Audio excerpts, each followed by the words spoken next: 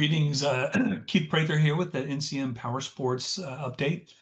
So the equipment leading index that we use, again, remember that this is looking 6 months out in advance. And as I've said in all the other videos, with the government shutdown, we are not getting the kind of government data inputs that we would normally get. And so there's some estimated data in here where we try to gap fill where we don't have actual data. So I have a feeling over the next couple of months, once we do get the government reopened and we do get some of that data, that some of these numbers will adjust. But for the power sports sector, at least right now, we did get an up signal, almost flat. We could call a 90.4 fairly flat versus a 90 in the prior month, but a little bit of an up cycle coming in. I think a lot of this we'll talk about in a couple minutes. Could be tied to what's happening in the stock market. Could be tied to a couple of other factors, but we do see at least a little bit of improvement here. I think interest rates are the biggest one, and trimming the 50 basis points between September and now is really helping be a little bit of a catalyst for what we see overall. A little bit higher year over year. I know as I speak to folks in the power sports equipment sector, depending on where you sit in the categories and what brands you're sitting in, you may not be seeing this. There is a lot of conservatism right now with a lot of high income earners, which is affecting some brands, whereas those who serve a lot of blue collar segments, especially the ranching communities. If you're talking about side by sides and a lot of ATVs that are kind of working on the farm or working with the ranchers, you see a little bit more strength there because obviously they're doing very very well with beef prices and overall demand. So it is segment by segment, and we do see that delineation across the industry.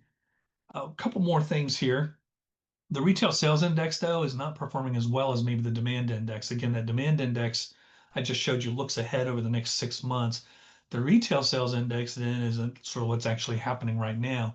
And over the last 3 months, it's up about 2.4% year over year. So again, kind of giving us some of the same signals as in the demand index, but it's 0.2% lower over the 3 month moving average. So it doesn't feel good, and it's starting to feel and starting to express some of the concerns and some of the challenges that maybe we've talked about. Um, when we look at the retail spending forecast, then a lot of consumers out there are facing some pressure. Again, I've referred to this in other sessions, and I know I did videos and I did a couple video conferences with a few of the groups, and we keep going back to this K-shaped notion of an economic recovery. And in a normal economic recovery, again, we get the V-shaped recovery where most households and most segments of the economy kind of grow together, right? We all grow at about the same rate. But this kind of a recovery is very, very rare. We have to go back to 1979, 1980 to find a very similar period. And what we found is that the upper end of the K, which represents households making $75,000 or more, has really been sustaining economic growth over the last 4 years. That's been the segment that's been out buying brand new equipment, buying new power sports, items and units, and we've been seeing very strong spending across the board. A lot of upper end brands, a lot of upper end units themselves, premium units we would consider in any other cycle, still doing very very well. But it's been the bottom end of the K, and those brands and those units aimed at households making $75,000 a year or less that have struggled a little bit. Again, there's some categories out there like cattle ranchers where household income for them are sometimes under that $75,000 mark, but they have a lot of disposable cash and they're able to find the wherewithal to go out and make purchases, especially right now when that market is doing so well. But overall retail spending, as we see here, is likely to fall between now and the end of the year. And it's because the upper end of that K is getting worried about their jobs. They're worried about replacement of their jobs by automation, AI, a lot of pressures on the labor front. And then you've got the government closure and you've got trade uncertainties and you've got a number of things kind of chasing right behind it, and it's created this dismal consumer sentiment. And so as long as sentiment is weak, a lot of consumers just aren't going to venture out and take a lot of risk. So that's what we're showing at least. And then the good news is it recovers and it starts to rebound, and we see it get a little bit better as we go into 2026, and then obviously it carries through into 2027. So I guess if there's a moral to the story, we need to survive Q4 and a little bit of Q1, but then expect it to start to take back off. And that's what the model right now is at least showing us. Here's that sentiment index I talked about. You can just see that right now we're sitting at lows we really haven't seen since the Great Recession.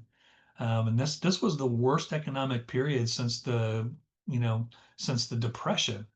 And so that shows you just how dismal it is. And then, coming out of the pandemic and a little bit of concern kind of headed into the war in Ukraine and, concerns that we were going to have a global nuclear holocaust, right? That's the reason why it plummeted so low back in 2022.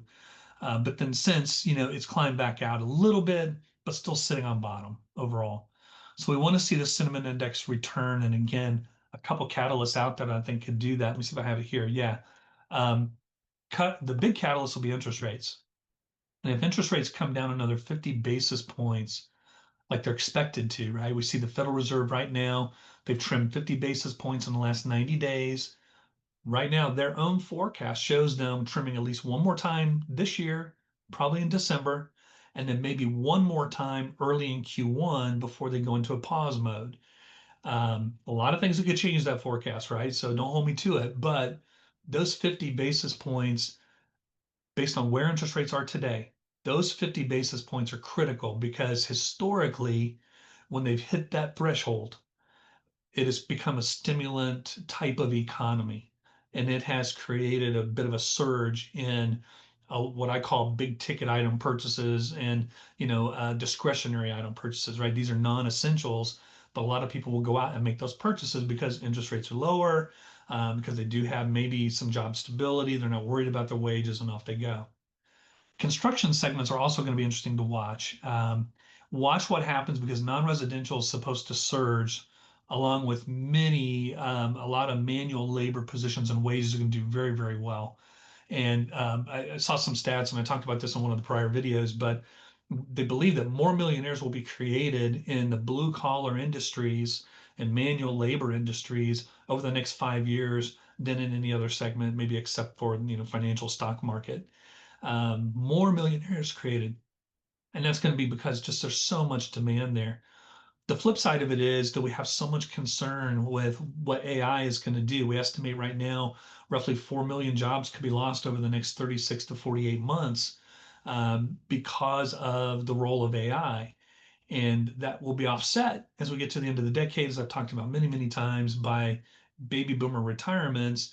But it's going to create a wave where, we get the AI impact over the next 36 months. And then toward the end of the decade, you get close to 2030. And all of a sudden, the baby boomer retirements create a better labor environment. But we've got to go through this wave and survive it, basically. Residential markets are still really slow to recover. Again, if the Fed drops interest rates, you see that improve a little bit. And if we see the residential market improve, we always see a correlation between it and what happens in the power sports segment. So we'll see improvement overall. But again, those will be the triggers. We'll see these spending areas surge and then it kind of carries on. Manufacturing right now is sort of range bound and remains sluggish, but once you see an uptick in manufacturing, which we think will also come in 2026 based on most forecasts, that will also help with power sports uptick. So it's very interesting right now in the market. There's just so many different ifs, ands, and buts. And unfortunately, that's the world we're in at the moment, right? We need to see the government closure over. We need to see the market start to recover from that. We need to see the Fed continue to lower interest rates. We need to see a little bit of a slowdown in the layoffs tied to AI and technology. There's some of these things that we need to see flip around. The biggest one being we need to see the housing market take off. It's typically 16% of GDP. And if the housing market starts to take off, it's almost like the tide that lifts all ships. We've never seen a strong housing market that didn't have a really strong, robust rest of the economy come with it. So those are the keys. All of it, I think, tied to interest rates and what happens with interest rates overall. So there's a lot of sensitivity to those. I think I saw a stat that about 80% of the purchases in the power sports segment are done with some kind of borrowing, some kind of debt.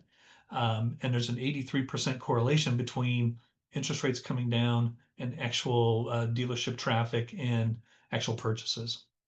So anyway, we think the economy overall is going to do very well. Unemployment continues to be, even though we're facing some layoffs in some sectors, job creation in other sectors are going to be strong enough that unemployment still stays at a historically low level.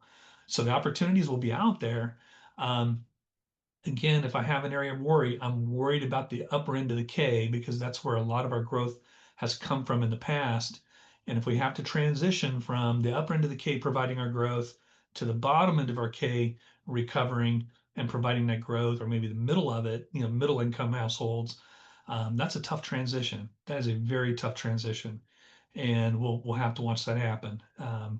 Key in all that would probably be the stock market, making sure the stock market, if it stays up, the upper end of the K will continue to thrive and do well. Even the middle part of the K will continue to do well. And the more confidence they have in the stock market and their investments, the more they'll go out and they'll borrow and they'll spend. So all of it's tied together. It all works together. But generally, that's kind of what we're watching at the moment. All right. So I hope this was useful. I think over the next month, as we start to get, again, government closure over, man, we hope it's over before Thanksgiving. We get new data, we get updates on that data, we get new insights, and we see little optimism grow, then I think the forecast and outlook will improve overall. So hope you all have a fantastic Thanksgiving. Be safe, and we'll see you on the other side. All right, take care.